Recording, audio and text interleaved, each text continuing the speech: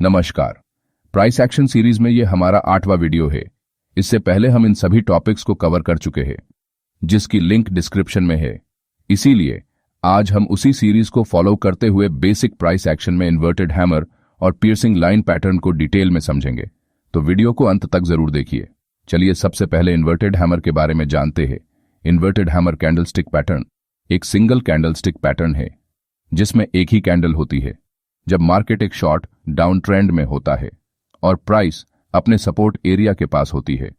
उस समय lower level के पास इस तरह की कैंडल फॉर्म होती है जिसे हम इन्वर्टेड हैमर कैंडल कहते हैं।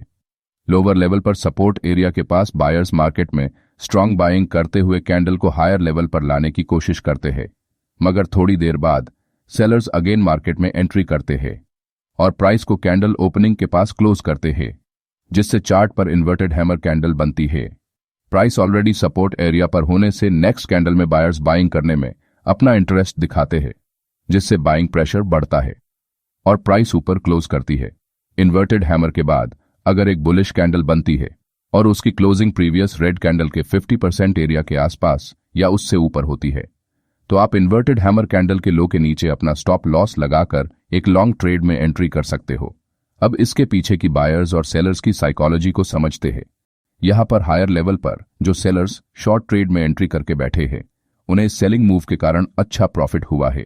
इस कारण प्राइस जैसे ही सपोर्ट एरिया के पास आती है, उनमें से कुछ सेलर्स अपना प्रॉफिट बुक है, तो कुछ नए सेलर्स यहां सपोर्ट लेवल ब्रेकडाउन हो रहा है ये सोचकर शॉर्ट ट्रेड एंट्री करते हैं, मगर प्राइस ऑलरेडी इतना डाउनसाइड मूव कर चुकी है और प्राइस सपोर्ट लेवल के पास होने से यहां जरूर रिवर्सल आएगा और ये एंट्री करने का मौका अपने हाथ से कहीं निकल ना जाए।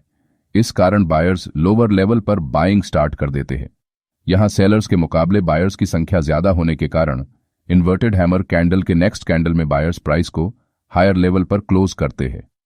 यहां सेलर्स जब शॉर्ट ट्रेड में एंट्री करते हैं तो उनके स्टॉप लॉस ज्यादातर इस रेड कैंडल के ऊपर लगे होते हैं। मार्केट जैसे ही इस लेवल के ऊपर निकलता है तो सेलर्स के स्टॉप लॉस हिट होने के कारण प्राइस तेजी से ऊपर चली जाती है। इन्वर्टेड हैमर कैंडल एक बुलिश रिवर्सल सिग्नल के रूप में काम करती है। चलिए अब चार्ट पर कुछ एग्जाम्पल देखते हैं। आपके सामने एक चार्ट है जहां पर मॉर्निंग में मार्केट ओपन होते ही प्राइस स्ट्रांग बेरिश कैंडल्स बनाते हुए नीचे आती है। कुछ देर तक एक ही रेंज में ट्रेड करते हुए बेस बनाती है, लेकिन कुछ देर बाद एक स्ट्रांग बेरिश कैंडल से इस रेंज का ब्रेक डाउन करके फिर से अपने प्रीवियस ट्रेंड को कंटिन्यू करते हुए लोअर लेवल पर चली जाती है। लो लेवल पर एक स्ट्रांग बाइंग कैंडल की शुरुआत होती है, मगर हायर लेवल्स पर सेलिंग रिजेक्शन फेस करते हुए प्राइस नीचे आकर अपने ओपनिंग के आसपास क्लोज करती है, जिससे चार्ट पर इन्वर्टेड हैमर कैंडल बनती है।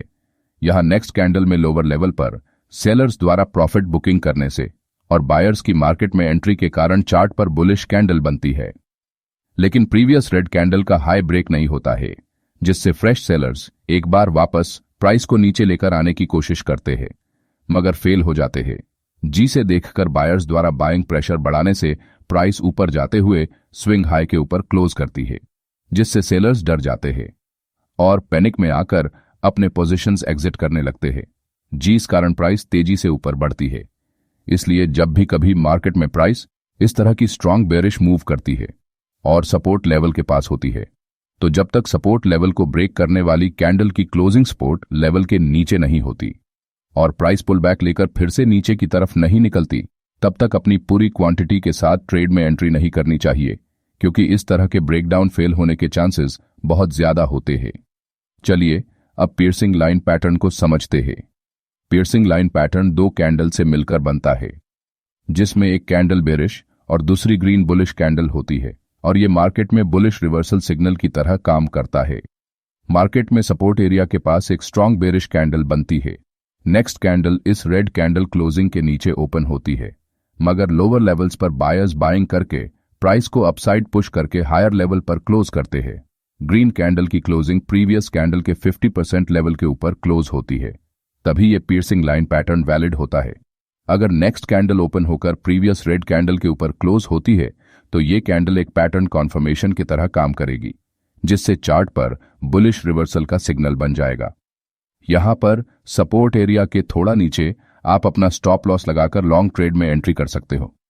हमारी आप सभी से रिक्वेस्ट है कि वीडियो में बताए गए बातों को आप चार्ट्स में जितना हो सके उतना प्रैक्टिस कीजिए, जिससे आप इन्वर्टेड हैमर कैंडल और पियर्सिंग लाइन पैटर्न को कॉन्फिडेंटली ट्रेड करके प्रॉफिटेबल ट्रेडर बन सके। अगर ये वीडियो देखने के बाद आपको वैल्यूएबल जानकारी मिली हो तो वीडियो को लाइक कीजिए और ऐसे ही मार्केट से जुड़ी जानकारी के लिए चैनल को सब्सक्राइब कीजिए। धन्यवाद।